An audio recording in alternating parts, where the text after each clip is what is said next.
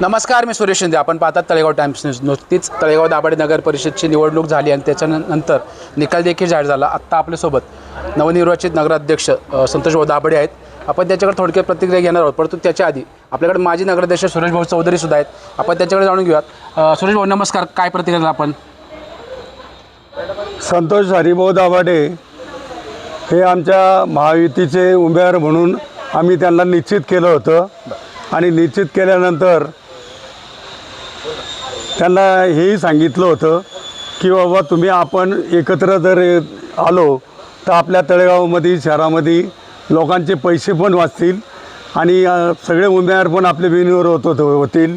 त्यामुळं ते 19 आमचे उमेदवार बिनविरोध झाले आणि उरलेले बाकी मात्र काही अटीतटीला लोक गेली तर तिथं आम्हाला इलेक्शन करणं भाग पडलं. म्हणजे प्रत्यक्षात नगराध्यक्षाला देखील त्याचा अनुभव आला. त्यांना पण ते भाग पडलं की बाबा आपल्याला आता लढावं लागेल. त्यांच्यासमोर 1-2 उमेदवार उभे होते, त्यांचा विक्रमी मताने त्यांचा पराभव झालेला आहे आणि संतोष भाऊ कमीत कमी 12,000 मतांनी निवडून आलेले आहेत.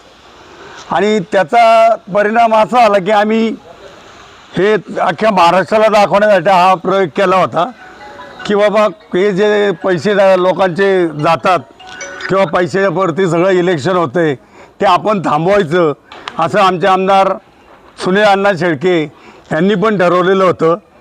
पण म्हणजे दुर्दैवाने म्हणजे त्या घडामोडीमध्ये बऱ्याच प्रमाणामध्ये यश पण आला.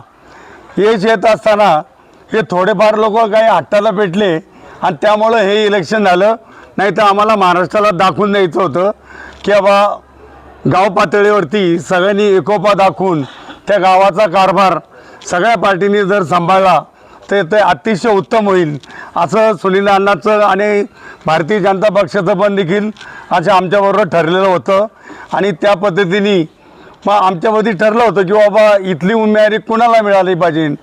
तर संतोष हरिभाऊ दाभाडेंनी आम्हाला फार आधी तन मन धन त्यांनी याला का याच्या वेळेस आमदारकीच्या वेळेस आम्हाला बेहातपणाने साथ दिली.